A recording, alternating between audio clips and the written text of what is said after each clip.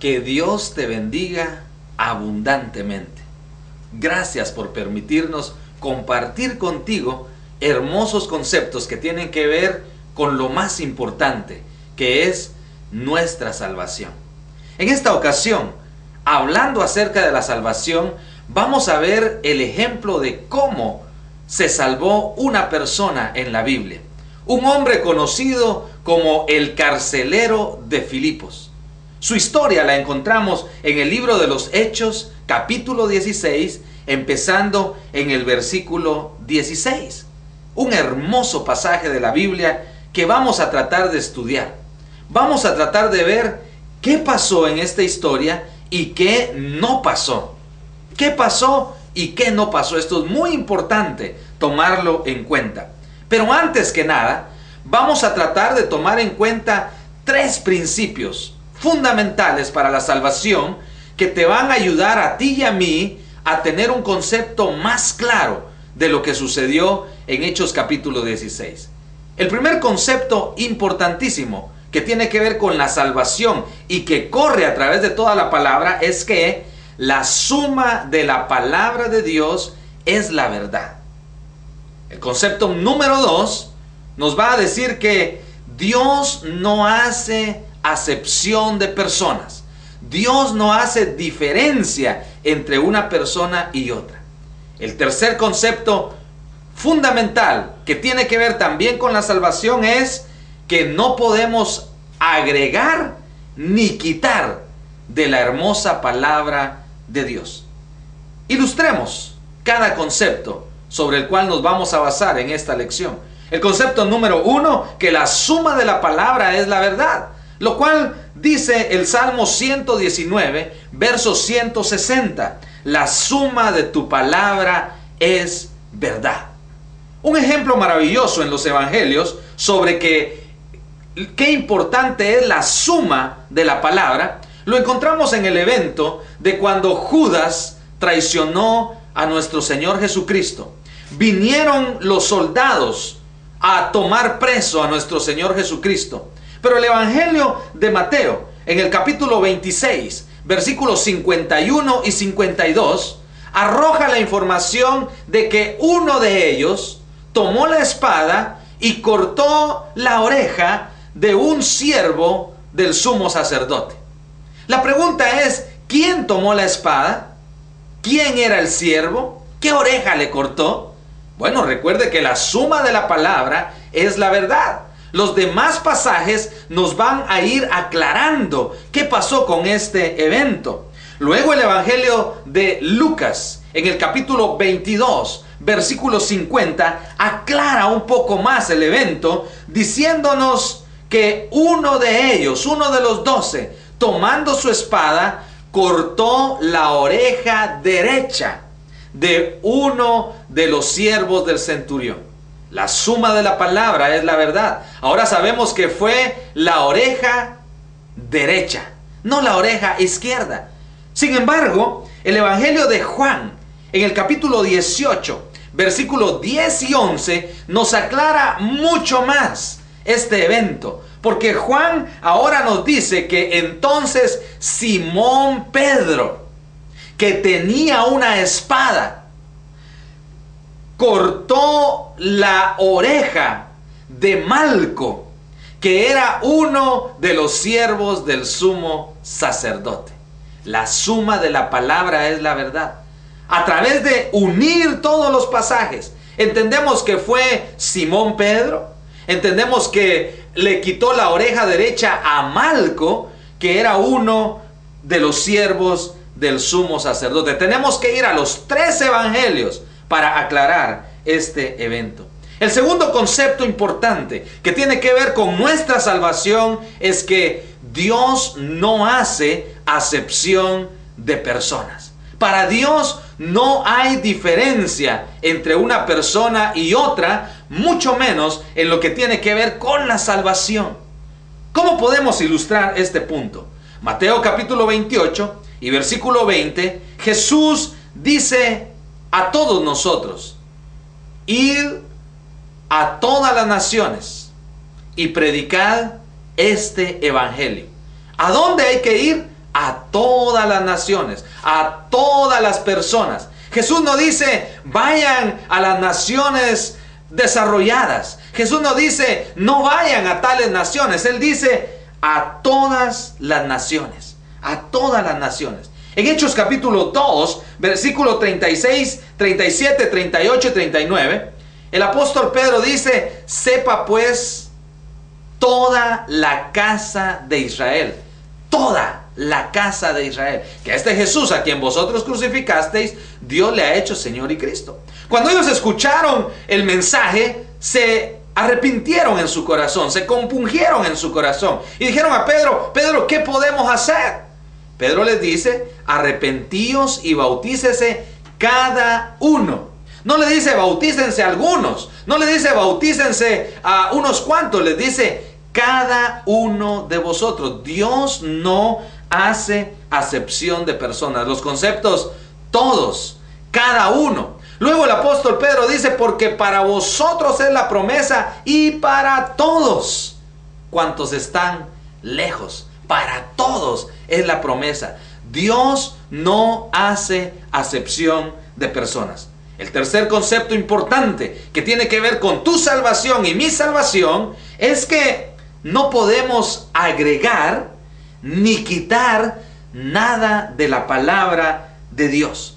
El libro de Apocalipsis, las últimas palabras del Nuevo Testamento, en el capítulo 22 dice, el escritor que advierte a todo aquel que quite o que ponga algo más a la profecía que fue escrita, que Dios traerá consigo las plagas que fueron escritas en ese libro.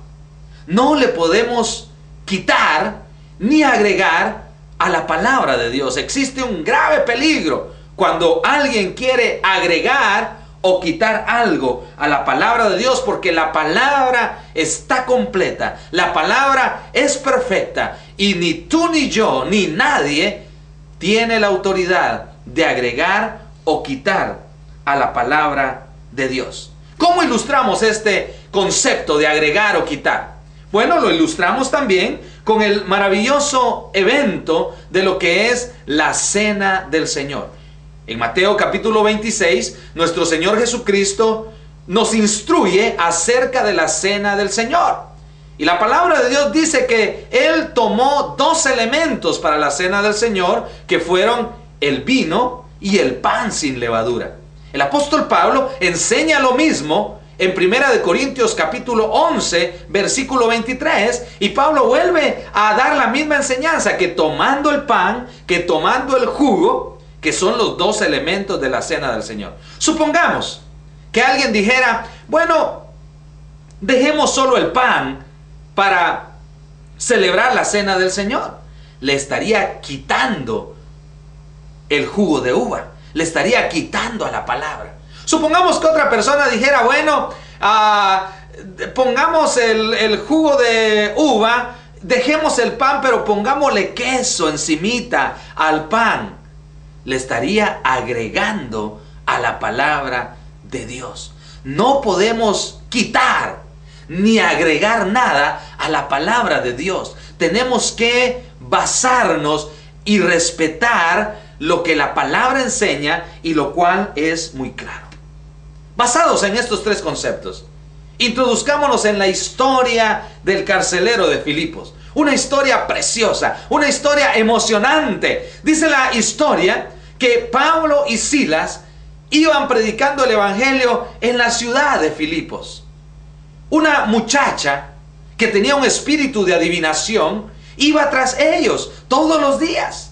Y esta muchacha iba diciéndole a la demás gente, estos hombres son siervos de Dios que os anuncian el camino de la salvación. Versículo 17. Los siguientes versículos dicen que a Pablo le molestó que una persona con un espíritu que no es de Dios estuviera anunciando que ellos eran siervos de Dios. A Pablo le molestó esto y volteándose ordenó al espíritu que saliera de ella.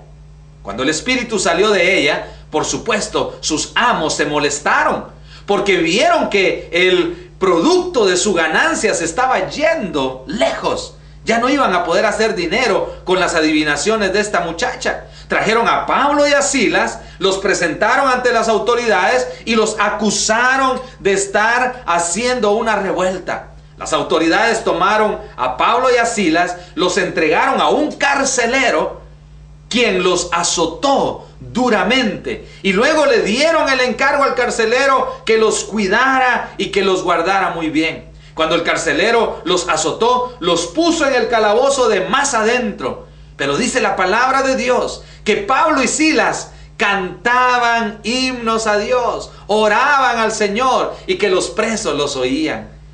Dios hizo que sucediera un evento poderoso. A la medianoche un terremoto sacudió la cárcel y todas las puertas de la cárcel se abrieron de par en par. Las cadenas con las que los presos estaban agarrados se soltaron.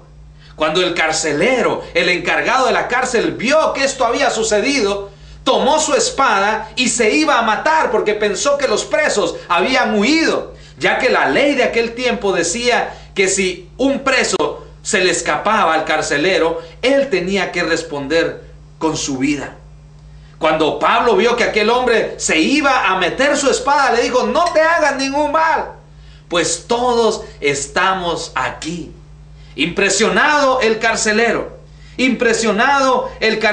con esta situación, hizo una pregunta poderosísima, hizo una pregunta importantísima. Dice la palabra de Dios en Hechos capítulo 16, versículo 30, que el carcelero llegó temblando, se postró a los pies de los apóstoles y sacándolos les dijo: señores, ¿qué debo hacer para ser salvo? Esta es la famosa pregunta. Esta es la pregunta de las preguntas. ¿Qué debo hacer para ser salvo?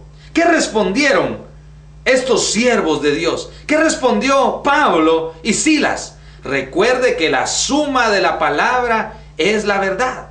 ¿Qué respondieron ellos? Respondieron lo mismo que Jesús. Respondieron lo mismo que Pedro le respondió a la gente en Hechos capítulo 2. Le respondieron lo mismo que Felipe el evangelista le respondió al eunuco en Hechos capítulo 8. Le respondió Pablo y Silas lo mismo que Jesús dijo en Mateo 28, 18, bautizándolos en el nombre del Padre, del Hijo y del Espíritu Santo.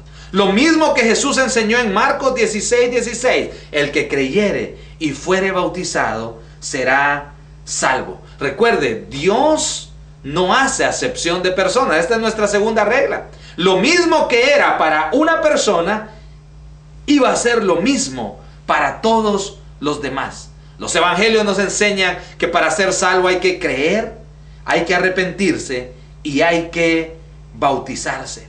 ¿Cómo sabían los apóstoles qué respuesta dar a la gente? Por ejemplo, en Hechos capítulo 2, cuando vinieron aquellas personas y dijeron: señores, ¿qué podemos hacer? ¿Qué podemos hacer para ser salvos? ¿Cómo sabía Pedro qué responder a esa multitud? Pedro sabía qué responder porque había recibido las enseñanzas de Jesús. Y Pedro respondió lo mismo que enseñó Jesús: arrepentíos y bautícese cada uno de vosotros en el nombre de Jesucristo. Otro maravilloso ejemplo lo encontramos en el libro de los Hechos, capítulo 9. La conversión de un hombre llamado Saulo. Él iba camino a Damasco, se encontró con Jesús. La luz de Jesús lo impactó. Él le dice a Saulo que por qué lo está persiguiendo. Saulo responde: ¿quién eres, Señor? Jesús le dice: yo soy Jesús a quien tú persigues. Ese impacto hace que Saulo transforme su corazón y también Saulo hace la misma pregunta: Señor, ¿qué debo hacer? ¿Qué debo hacer?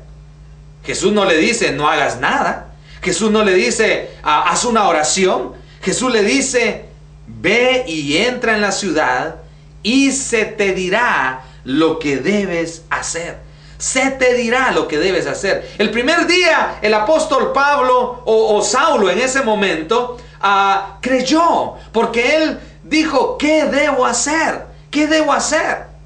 ¿Pero fue salvo ese primer día? No, él no fue salvo solamente con preguntar qué debo hacer. Él no fue salvo solamente dando a entender que creía. El segundo día, Saulo de Tarso estuvo en la ciudad orando. Estuvo en la ciudad, en una casa, arrepentido, clamando a Dios. ¿Fue salvo él el segundo día solo por estar arrepentido? No. El cuarto día sucedió lo mismo. Él siguió orando. Pero el cuarto día, Dios habló a uno de sus siervos llamado Ananías y le dijo: Ananías, debes ir a tal parte, porque ahí hay un hombre llamado Saulo que ora y quiero que tú le digas. Recuerda, se te dirá lo que debes hacer. Quiero que tú le digas qué tiene que hacer para ser salvo. Ananías va con Saulo, Hechos capítulo 9, y le dice: hermano Saulo, el Señor me ha enviado para que reciba la vista y para que sepas cómo debe ser salvo. Ananías instruye a Saulo y la respuesta de Saulo, el final de esta historia preciosa, nos dice que Saulo se bautizó. Hechos capítulo 22, versículo 16. Ananías le dice a Saulo: ahora pues, ¿por qué te detienes? Levántate y bautízate y lava tus pecados invocando su nombre. Había algo que hacer.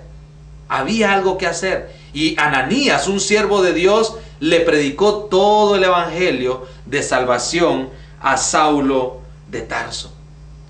Ninguno de los siervos de Dios, ninguno de los apóstoles jamás respondieron a la pregunta: ¿qué debo hacer?